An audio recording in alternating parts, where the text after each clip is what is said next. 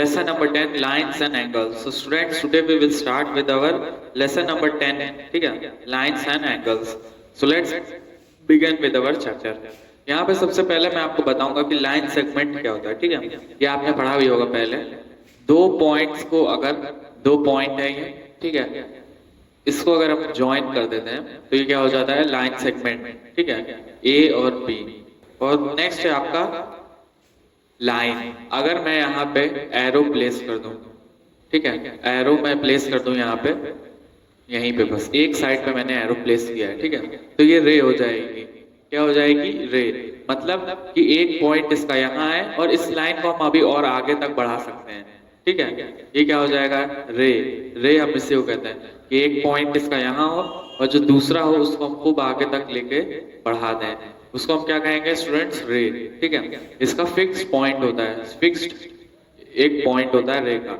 अब next concept आपका line का आता है। लाइन में क्या होता है कि आप इसको जितना चाहिए उतना एक्सटेंड कर दीजिए, जितना चाहिए आप इसको बढ़ाते चले जाइए, ठीक है। तो ये आपका 3 पॉइंट हो गया, लाइन सेगमेंट हो गया, फिर रे हो गया, फिर आपका हो गया लाइन, ठीक है। अब नेक्स्ट हम लोग पढ़ेंगे adjacent angles.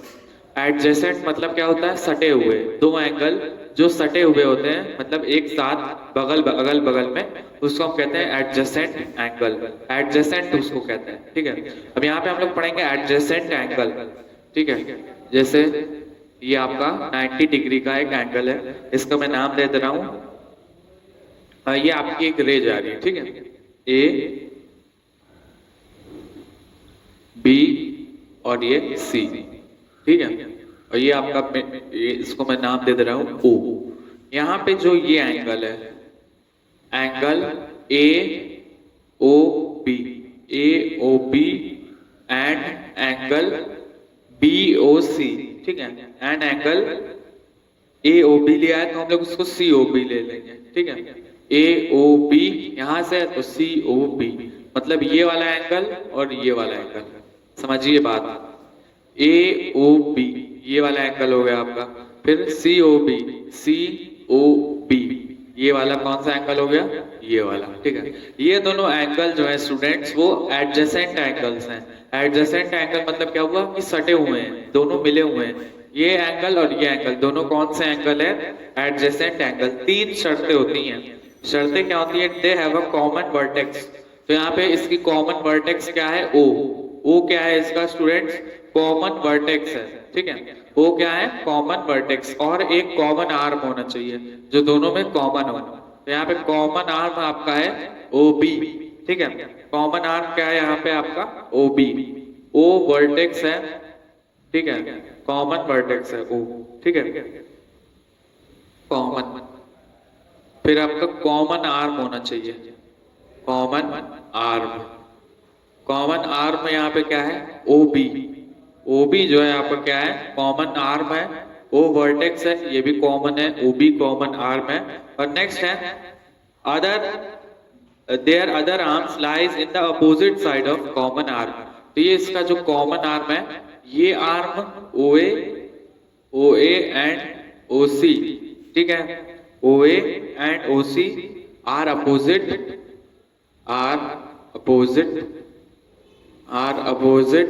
To common arm O B, ठीक है। 3 कंडीशन होनी चाहिए। 3 कंडीशन से दो एंगल एक दूसरे के एडजेसेंट हो जाते हैं। सबसे पहली कंडीशन क्या है कि, तो यहाँ पे पहले देखिए स्टार्टिंग से बता दे रहा हूँ, ए ओ बी, ठीक है, ये वाला एंगल ए ओ बी का ये वाला, और सी ओ बी का एंगल ये वाला बनेगा। तो यहाँ पे जो होता है कि अगर ये दोनों एडजेसेंट तभी होंगे जब ओ वर्टेक्स है कॉमन। तो यहाँ पे वर्टेक्स क्या है, ओ होती है, ठीक है, ये कॉमन होती है। तो यहाँ पे हम देख सकते हैं कि इसकी भी, इस वाले एंगल की भी वर्टेक्स वो है और इस वाले एंगल की भी वर्टेक्स वो है, तो ये आपका कॉमन हो गया। नेक्स्ट है कॉमन आर्म। एक कॉमन आर्म होना चाहिए। कॉमन आर्म मतलब दोनों में वही सेम आर्म होना चाहिए, कॉमन होना चाहिए। तो यहाँ पे ओ ए ओ बी में देखिए ओ बी कॉमन आर्म है, सी ओ बी, तो ओ बी और ओ बी क्या हो गया आपका, कॉमन आर्म है। ये 2 चीजें आपके लिए हो गई। नेक्स्ट क्या है, O A and O C are opposite to common arm O B. तो यहाँ पे जो कॉमन आर्म है ओ बी, इसके अपोजिट है ओ ए और ओ सी। ये दोनों क्या है, अपोजिट है इसके, ठीक है, ये दोनों OA और OC इसके अपोजिट है। तो जब ये तीन कंडीशन हो जाएगी, तीन क्राइटेरिया जब ये हो जाएगा, तब ये दोनों एंगल क्या हो जाएंगे, एडजेसेंट एंगल्स। तब ये दोनों को हम कहेंगे एडजेसेंट एंगल्स। ठीक है, तो ये आपका पहला कॉन्सेप्ट था, इसको मैंने आपको बता दिया। अब नेक्स्ट मैं बताऊंगा आपको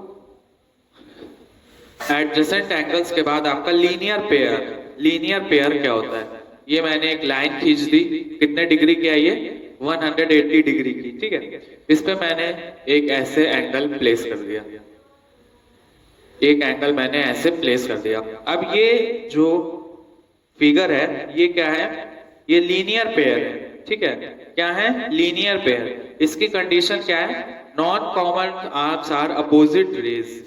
ठीक है, इसको पहले मैं नेम दे दे रहा हूं, A,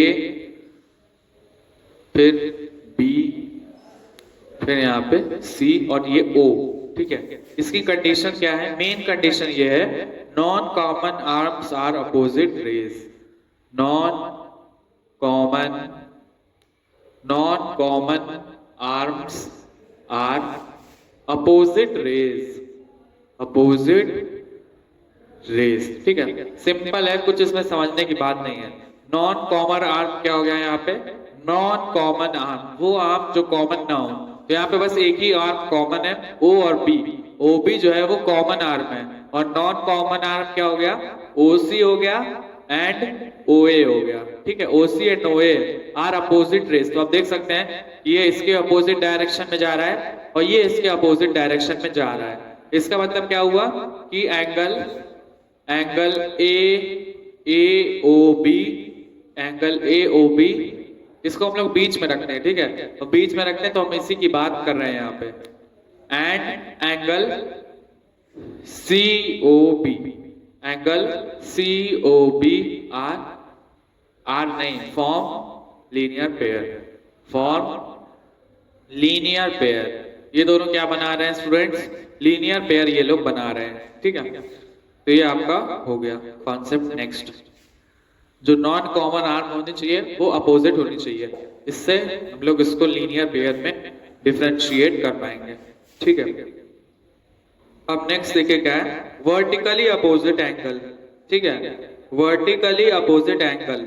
वर्टिकली अपोजिट एंगल क्या होते हैं, जो ऐसे जाए, ये इसका वर्टिकली अपोजिट एंगल है। यहाँ पे ये वाला एंगल और ये वाला एंगल वर्टिकली अपोजिट होगा, ये एंगल और ये एंगल ये वर्टिकली अपोजिट होगा और बराबर होगा दोनों।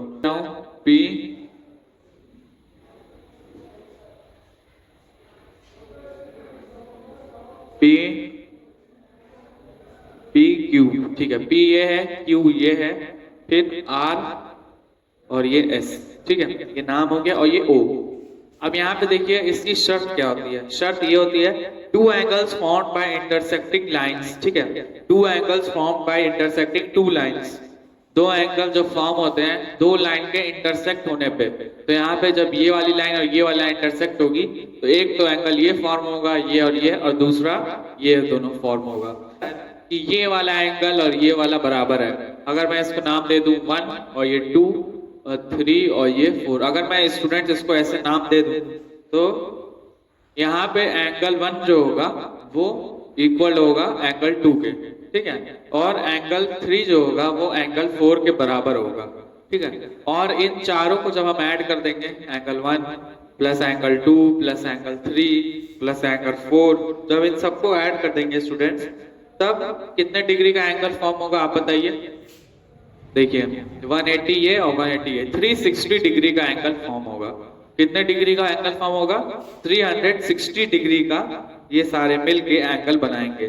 ठीक है, अब नेक्स्ट देखिए कॉम्प्लीमेंट्री एंगल्स। कॉम्प्लीमेंट्री एंगल्स क्या होते हैं, two angles the sum whose measure is 90 degree. तो यहाँ पे देखिए बुक में दिया भी हुआ है, एक एंगल आपका 40 डिग्री का बना है, 40 डिग्री, और एक एंगल आपका 50 डिग्री का बना है।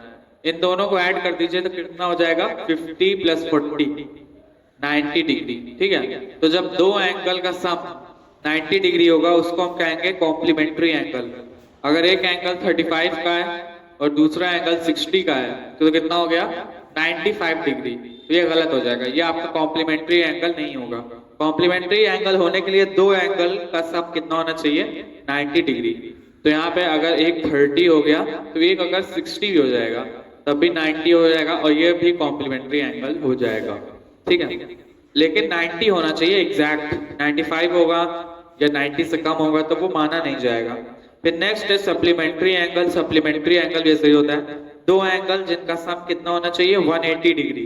जैसे एक एंगल का 70 डिग्री का है और एक एंगल 110 डिग्री का है, तो ये कितना हो जाएगा? 180 डिग्री, और इसी को हम कहेंगे सप्लीमेंट्री एंगल। नेक्स्ट है अगर एक एंगल हो जाएगा 135 का और एक एंगल हो जाएगा 45 का, यहाँ पे 4 5 6 7 8, ठीक है।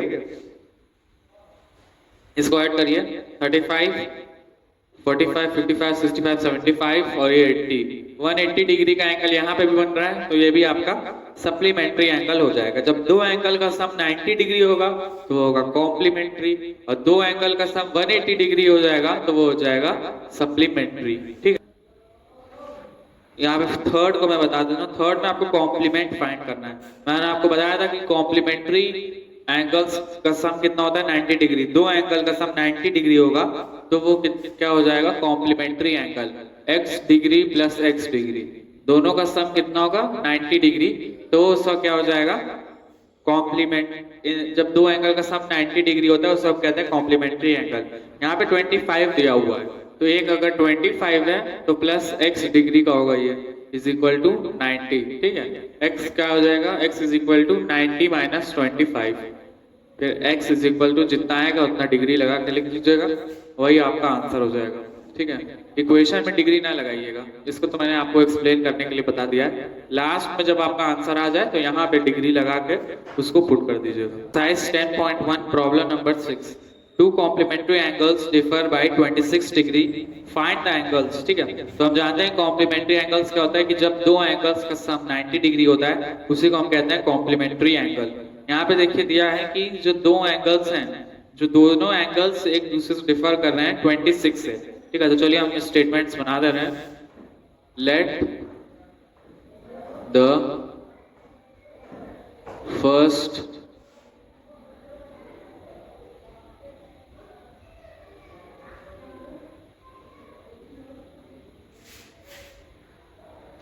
एंगल बी एक्स, ठीक है। पहला एंगल क्या हो जाएगा?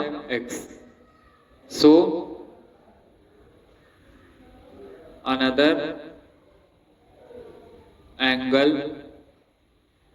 विल बी, यहाँ पे देखिए प्रॉब्लम में दिया हुआ है कि जो दूसरा एंगल है वो 26 से उसके बीच में डिफरेंस है, ठीक है। तो यहाँ पे अनदर एंगल हो जाएगा x प्लस 26।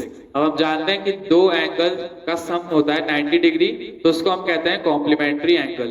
तो यहाँ पे हम लोग लिख देंगे x प्लस, एक एंगल ये हो गया और दूसरा एंगल क्या हो गया? x plus 26। इन दोनों का सम कितना होना चाहिए? 90, ठीक है। यहाँ पे हम लोग लिख देंगे 90, और 2x plus 26 is equal to 90, और 2x is equal to 90 minus 26, और 2x इज इक्वल टू ये हो जाएगा 64, और x is equal to 32 degree, ठीक है। x की वैल्यू कितनी आ गई? 32 डिग्री। तो यहाँ पे एक एंगल x है, तो एक एंगल कितना हो जाएगा? 32 डिग्री का। दूसरा कितना है? x प्लस 26, तो x plus 26 is equal to 32 plus 26, ठीक है। 3 प्लस 2 5 5 58 डिग्री, ठीक है। एक हो जाएगा 32 डिग्री और एक हो जाएगा आपका 58 डिग्री, और यही आपका आंसर होगा, ठीक है। This will be your answer.